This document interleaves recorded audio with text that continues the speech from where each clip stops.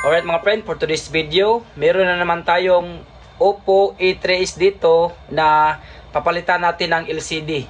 Ayan, so ayan, nakikita natin mga friend, may marami ng mga linya-linya dito sa baba. So nagiging malabo na siya mga friend. At saka papalitan din natin ito ng charging port. Ayan, ito, nakabili tayo sa online ng charging port. Ang problema kasi mga friend, kaya papalitan natin ng charging port kasi bigla lang siyang nadi-disconnect kapag i-charge natin, isasaksak natin yung charger. Kahit hindi ginalaw yung cellphone, nadi-disconnect yung pagkaka-charge niya. So hindi talaga siya mapupuno ang ilalim talaga nitong charging port niya. So baka maluwag na. At saka papalitan din natin ito ng bagong battery. Kasi mula sa pagkaka-full charge, kung napo-full charge man siya, kahit hindi ginagalaw yung cellphone, kahit hindi ginagamit yung cellphone, after 1 hour, nagiging 70% na lang siya kahit hindi ginagamit. So, may problema na din sa battery. So, ang gagawin natin ngayon, magpapalit tayo ng LCD, charging port, at saka battery. So, kung bago ka pa lang po sa ating channel, huwag niyo pong kalimutan mag-subscribe at pinutin na rin ang notification bell para maging updated po kayo mga friends sa susunod nating mga uploads. So, tara mga friend, let's go!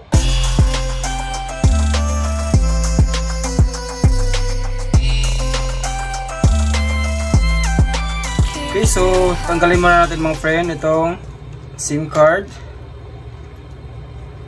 Ayan. At saka gagamitan po natin mga friend ng steel pick para matanggal po natin itong back cover nya. Ayan. Dito lang natin sungkitin sa gilid. Ayan. Ayan. So, dahan-dahanin natin mga friend.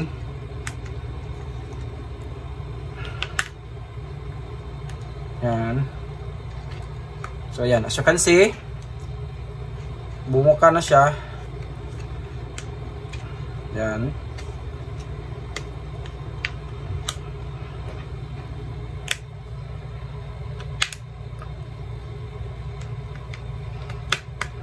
Alright. Ayan. Okay. So ganun lang kadali mga friend ang pagtanggal nitong back cover niya. So next natin gagawin mga friend ay gagamit tayo mga friend ng maliit na screwdriver para matanggal natin itong takip mga friend.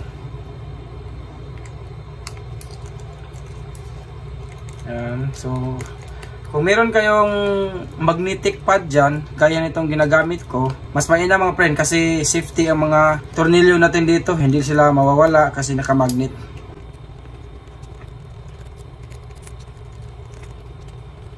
Alright. So ayan. Okay. So natanggalan natin. At saka disconnect natin itong battery muna para walang ground na mangyayari. At saka hilahin natin tong kulay green na itong mga friend. Ito yung hawakan natin para matanggal natin ang battery.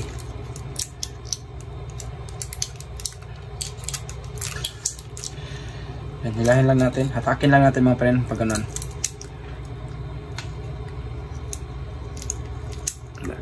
Dandahan lang.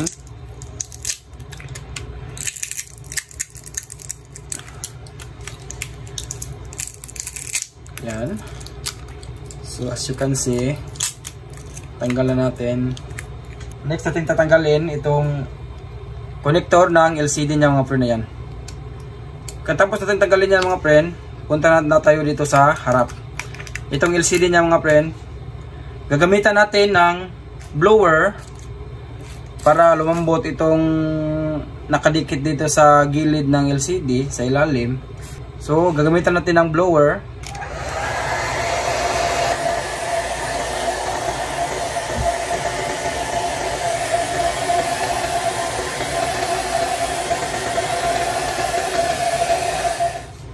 So, sungkitin natin ng dandahan dito sa pinakagilid niya talaga mga friend. Itong LCD, ayan. Kita nyo, maangat na siya mga friend. Lumambot na kasi itong nakadikit na dito.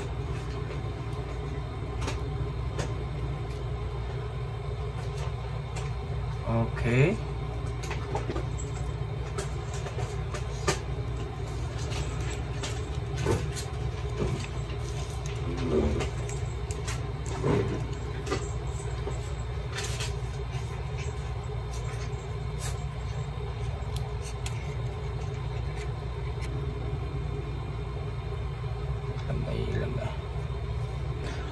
So tatanggalin natin galing sa pagkakadikit itong flex cable ng LCD. At pwede na natin tanggalin ang LCD, okay? So ayan mga friend, natanggal na natin ang LCD. So bago natin ilagay mga friend ang bagong LCD, make sure na wala pong dumi mga friend na natitira dito sa gilid para malapat natin ng maayos yung bagong LCD natin. Yan, itong natitirang glue mga friend na nakadikit, ayan. Okay, gaya niyan mga friend, no?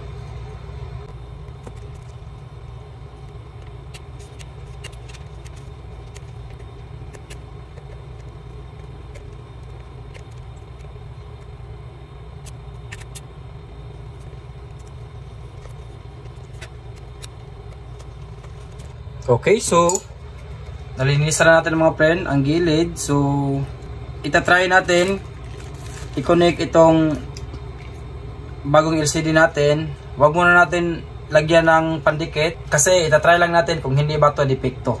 Okay, so ayan, ganyan lang muna.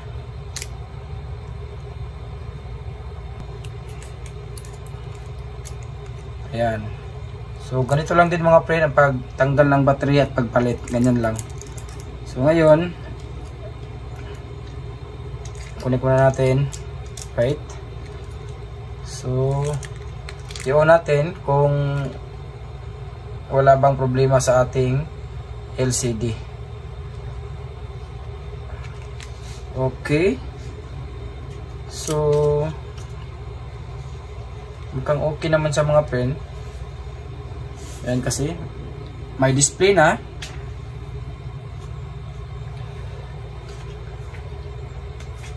Okay, so as you can see, wala na yung mga linya dito sa baba. At pati yung touch, ganang-gana siya mga friend. Ayan. So as you can see, wala siyang problema. So ngayon, papatayin natin uli kasi ilalagay naman natin yung bagong charging port. So ngayon, dito naman natin mga friend sa baba bubuksan.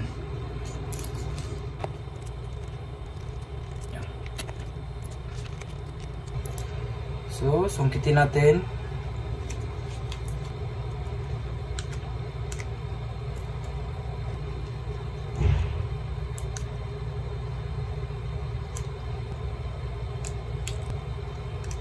Ayan. Alright. So ito yung papalitan natin mga friend na charging port. And itong board na to. So i-disconnect muna natin lahat na nakakonect dito mga friend. Yan. Tsaka itong maliit na cable dito.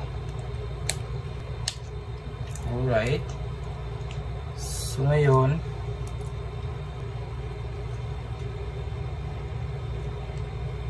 nakadikit siya mga friend. Medyo mahirap siyang tanggalin kasi nakadikit siya. So kunting pasensya lang mga friend, pagtsagaan lang natin.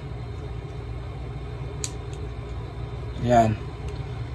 So makukuha at makukuha din natin yan mga friend, kung saan yung magandang parte mga friend na susungkitin natin. Ayan. Alright. So ngayon, ito yung bago mga friend na ipapalit natin. So may guma siya mga friend, galing dito sa lumang charging port na kailangan natin ibalik dito mga friend.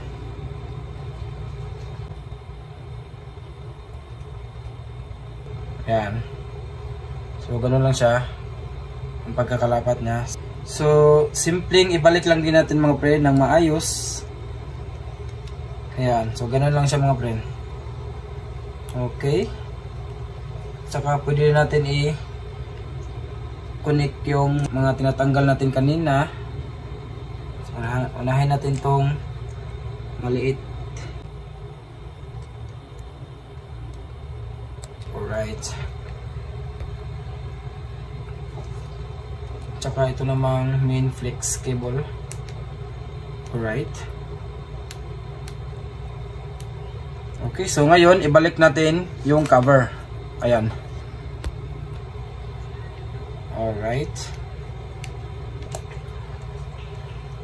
So ibalik natin mga friend ang tornilyo na tinatanggal natin dito.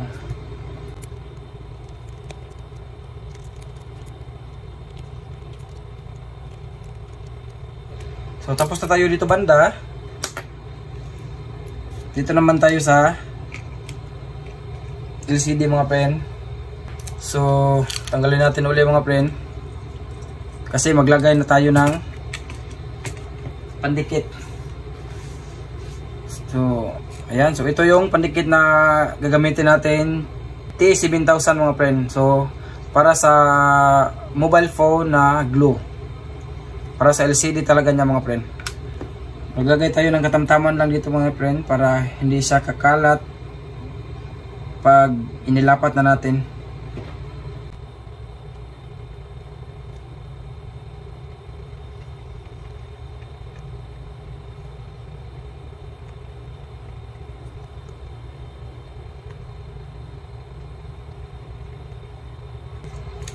Alright.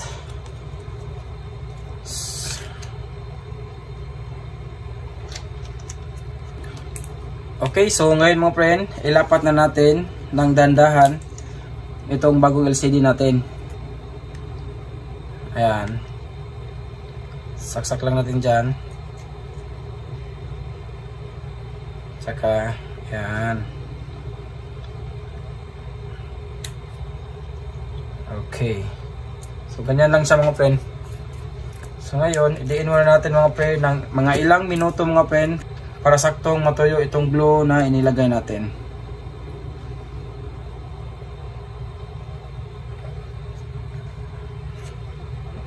Lastly mga friend, na ilalagay natin itong bagong battery niya mga friend, naka-plastic pa yan. So ito yung luma. Ayan, may kulubot na dito. Ayan. Saka ito yung bago, flawless na flawless. Alright. Ayan.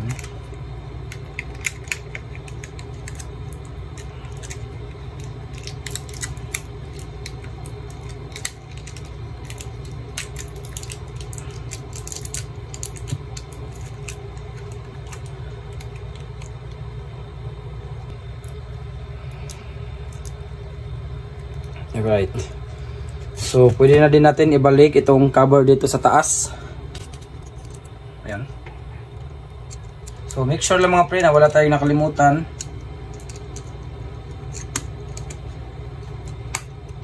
Ayan.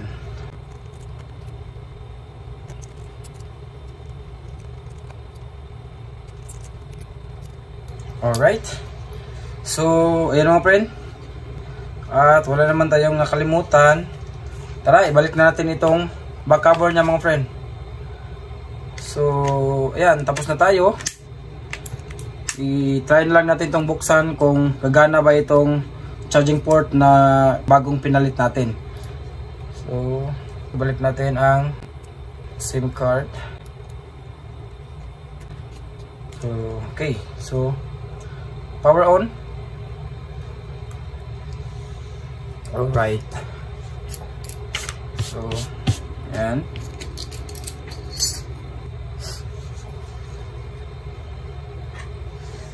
Kuha muna tayo ng charger kasi itatry natin charge.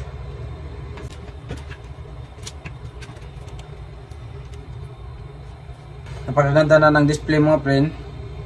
So, may 60% siya mga friend na laman. Alright, so ngayon, isa-charge natin. Ayan, masikip na siya mga friend. Ayan. As you can see mga friend, no? Ayan, no? So, isang saksak lang, nagsa-charge na siya. At saka, masikip siya mga friend. Ayan. Napakasikip. Hindi na siya alog-alog. Ayan. So, charging siya mga friend. So sana po'y nakuha nyo mga friend at nasundan nyo ng maayos ang ating video. At sana po'y nakatulong tayo mga friend sa ganito kasimpleng problema mga friend sa ating mga cellphone. Alright, so kung hindi pa po kayo nakapag-subscribe sa ating channel, huwag nyo pong kalimutan mag-subscribe at pinutin nyo na rin mga friend ang notification bell para maging updated kayo sa sunod nating mga uploads. Alright, so this is Jibak CB Speed 1. Salamat sa inyong panonood.